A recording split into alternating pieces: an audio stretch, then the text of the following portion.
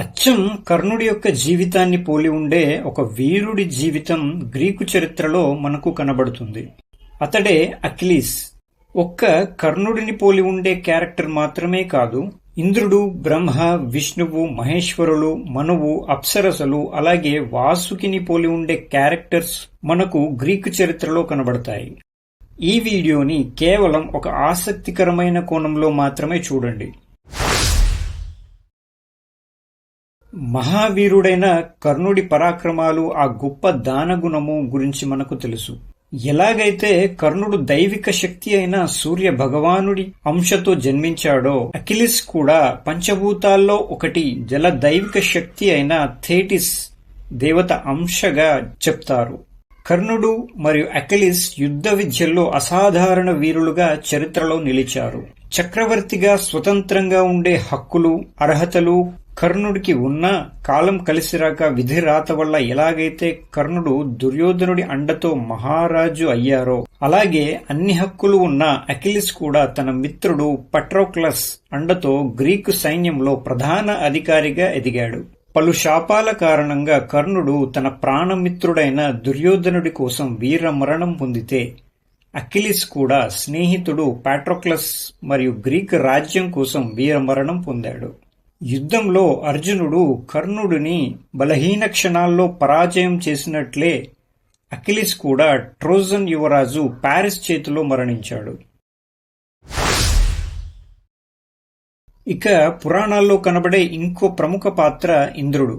ఇంద్రుడితో పోలి ఉండే Greek character జియూస్. Hindu పురాణాల ప్రకారం దేవతలకు రాజు ఇంద్రుడైతే, గ్రీక్ ఇతిహాసాల ప్రకారం దేవతల యొక్క రాజు జియూస్. వీరిద్దరూ వారి వారి గ్రంథాల ప్రకారం స్వర్గాన్ని పాలించే ప్రముఖ దేవతలుగా భావించబడతారు. ఇంద్రుడి అతిశక్తివంతమైన ఆయుధం వజ్రాయుధం. భయంకరమైన కాంతివంతమైన శక్తి ప్రసారాలు చేయడం వల్ల శత్రువులను హతమార్చడం వివరించబడితే, జ్యూస్ యొక్క ప్రధాన శక్తులలో భారీ ఉరుములను, పిడుగులను సృష్టించగలగడం వర్ణించబడింది. ఇక మన ప్రధాన దేవతలైన బ్రహ్మ, విష్ణు, మహేశ్వరుల శక్తులను పోలి ఉండే శక్తులు కూడా గ్రీక్ ఇతిహాసాల్లో కనబడతాయి. హిందూ శాస్త్రాల్లో బ్రహ్మదేవుడిని సమస్త విశ్వాన్ని సృష్టించిన సృష్టికర్తగా, విష్ణుదేవుడిని విశ్వాన్ని పోషించే స్థితికర్తగా, శివదేవుణ్ణి లయకర్తగా ఎలాగైతే పూజిస్తామో, గ్రీక్ ఇతిహాసాల్లో కూడా 3 ప్రధాన దేవతలను నమ్ముతారు. అందులో మొదటి శక్తి జ్యూస్. ఇతడిని ఆకాశానికి అధిపతిగా, సృష్టికర్తగా భావిస్తారు. రెండవది పోసిడాన్.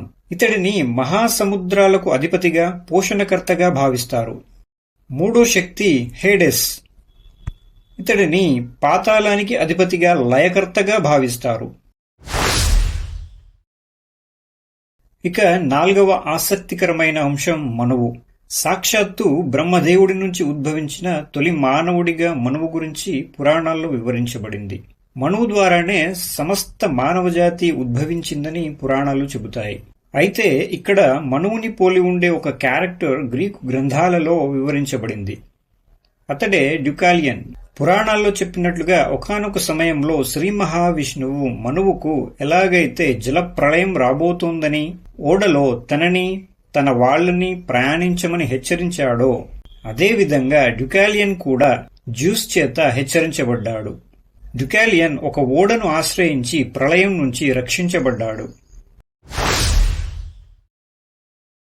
ఇక చాలాసార్లు పురాణాల్లో వాటి తాలూకు కథల్లో మనం చూస్తూ ఉంటాం. ఋషులు, మునులు కఠోర తపస్సు, ధ్యానం చేస్తున్నప్పుడు అప్సరసులు భూమి మీదకు వచ్చి తపస్సును భంగం చేయడం, అలాగే చాలా కథల్లో అక్కడక్కడ అప్సరసుల ప్రస్తావన కనబడుతుంది.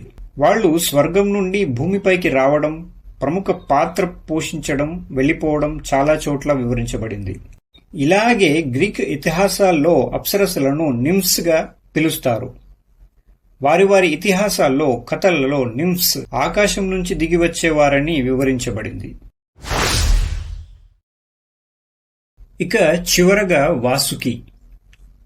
వాసుకిని పోలి ఉండే గ్రీక్ క్యారెక్టర్ లాడన్. హిందూ పురాణాలు మరియు గ్రీక్ ఇతిహాసాల ప్రకారం వాసుకి మరియు లాడన్లు పూర్తి సర్పాల జాతికి రాజులుగా, అలాగే సంరక్షకులుగా భావింపబడతారు. ఇవి యాదృచ్ఛికంగానో వాస్తవంగానో మనకి ఆసక్తికరంగా అనిపించే కొన్ని విషయాలు, సంఘటనలు. ఇది ఇవాల్టి వీడియో. ఈ వీడియో పైన మీ అభిప్రాయం ఏంటో కామెంట్స్ లో రాయండి. వీడియో నచ్చితే లైక్ చేయండి, షేర్ చేయండి. Thanks for watching.